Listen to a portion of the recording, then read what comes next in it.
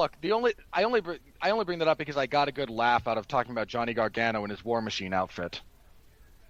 Because much like Sam Wilson, after about 3 minutes, he was no-selling paralysis. Okay. He shows up for a bit. My big gripe with that is not so much that it's not a good character moment. It's more when he looks at the screen as John Walker comes out dumbfounded, and I wanted to smack him on the back of the head and go, "What did you expect, dumbass?" Like, you hit the nail on the head. It's so true to life. Expecting something else makes you a moron. And that's one of my big gripes with Sam Wilson throughout all of this. He's a shit fighter and kind of stupid. Someone sighed. Whoever sighed, you sound like you have a counterpoint. That counterpoint sounds like a sigh. Please give your counterpoint sigh. It's actually kind of funny. I have to bring this up about the whole S.H.I.E.L.D. thing. I think it was over on the Escapist magazine. Somebody actually wrote an entire article about the legality of who owns the S.H.I.E.L.D. and whether or not Sam could sue. And this is an actual lawyer who wrote this and said, yeah, Sam could probably sue because... Oh, he could have. 100%. They're not using it for the intended purpose. That particular artifact was not the property of the Smithsonian. It was on loan from an individual who was the rightful owner. They had no legal right to do that. Okay, can I don't want to be the comic book guy, and I really don't want this to get into the minutia, but didn't we establish in Civil War that the S.H.I.E.L.D. didn't really belong to Captain America? It was, in fact, vis-a-vis S.H.I.E.L.D. government property? No, it's Cap's. No, it's not. He gives it to Tony because Tony's being a little bitch. And then Tony gave it back to Cap. Yeah, like the chain of custody here is quite clear. It's entirely possible the government just assumes because it's Captain America's shield that it belongs to the American government. I mean, again, pretty sure that's how the real world American government would act.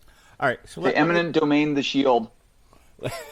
Let me ask this, and I honestly don't know the answer to this.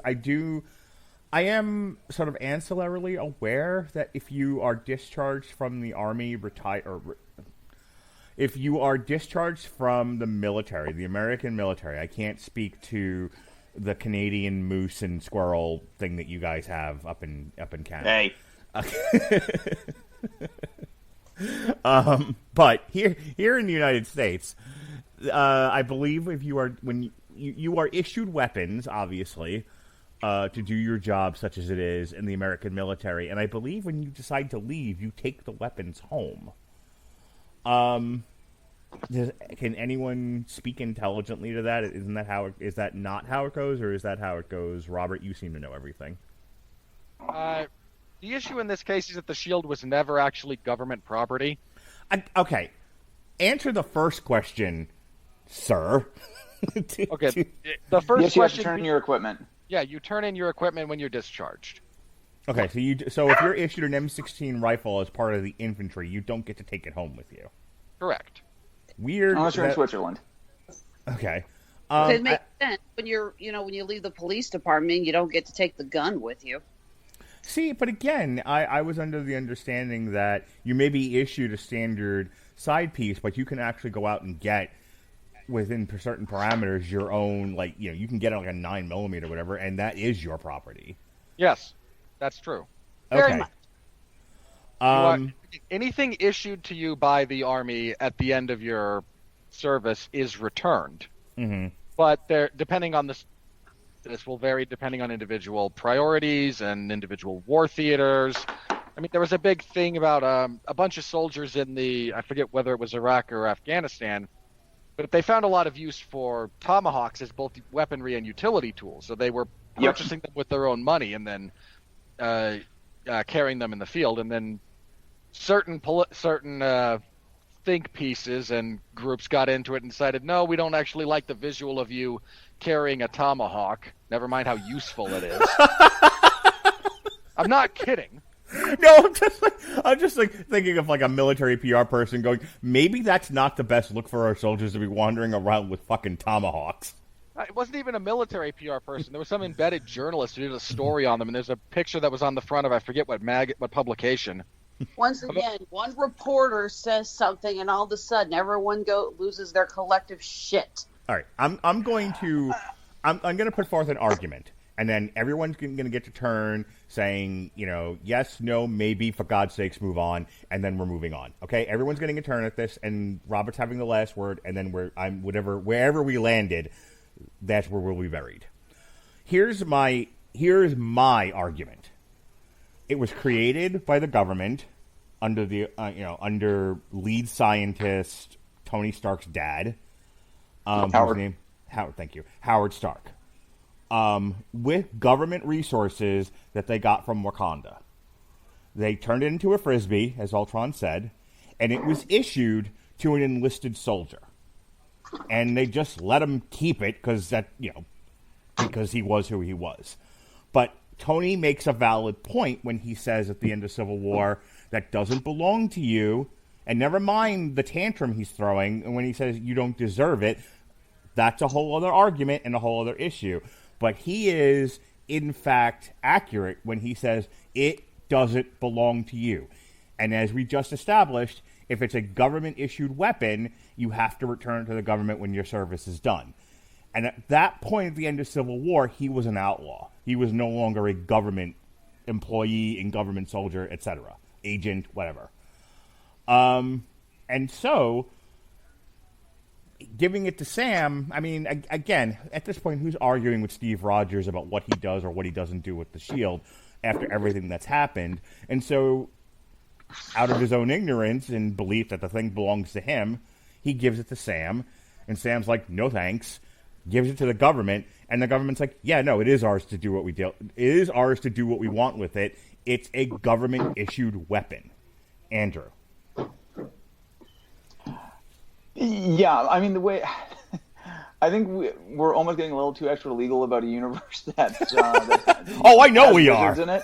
I know we are, but I mean, okay. I want to finish this. I think there's a whole tangled web of various agencies that Steve has worked for at this point, and I think there's some kind of standing element that maybe this is just his shield at this point, or maybe it's Tony's, who knows.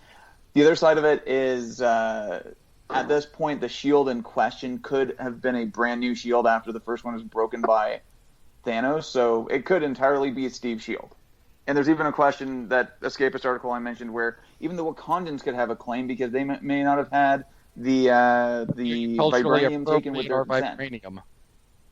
Exactly. So, anyway, I mean, I think I'm kind of in the move on camp here because wizards and androids and things like that. It just depends if they have a hat. And I'm just going to throw this trivia in here, but apparently members of the Canadian Special Operations Regiment actually get issued those Tomahawks. Nice. That's very nice. All right. Tomahawk, infinitely more useful than any baton. Robert, your thesis on the subject? The shield was never government property. It was created by an independent contractor, and unless the specifics of the contract between Howard Stark and the detachment of the United States military that he worked for expressly specified that any and all things he created became property of the U.S. government, it was in fact the property of Howard Stark. Or, in the absence of Howard Stark, Anthony Stark upon Howard Stark's death. That even becomes a little bit more murky when you potentially consider how the chain of custody would wrap up after Steve was in possession of it for so freaking long, while Tony made no claim on it. Tony's claim that doesn't belong to you is not actually a legal claim he's making. It's really not. It's more him going, I must save some kind of face as I am shamed. I'm not arguing that point. I'm not saying he threw a legal brief at him and said that doesn't belong to you, and immediately proceeded to sue Steve in a cave somewhere in Stan. I'm just gonna wonder if the shield was also written off as a lost asset after Steve crashed and was gone for 70 years. That's true, actually. Technically surplus. If it was listed that way, then it would be Steve's because he technically salvaged it when they brought him back to life. Wasn't Coulson there? No, not when they found him. This was not the conversation we were expecting. And these are the kind of brilliant debates I talked about on Twitter. There was the scene in Civil War where the shield was technically confiscated by the government, when Bucky, Sam, and Steve were taken in after the introduction of T'Challa. It's entirely possible that still was, ow, damn it, Cleo. I think my dog is biting me as a way of telling us to get on with it.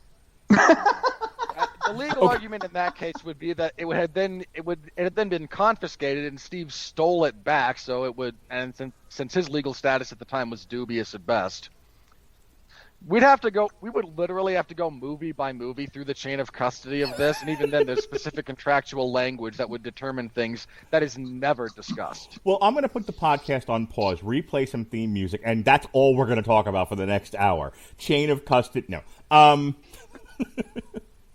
Alexis, you want to yell "move the fuck on"? Or do you have anything more to add to this?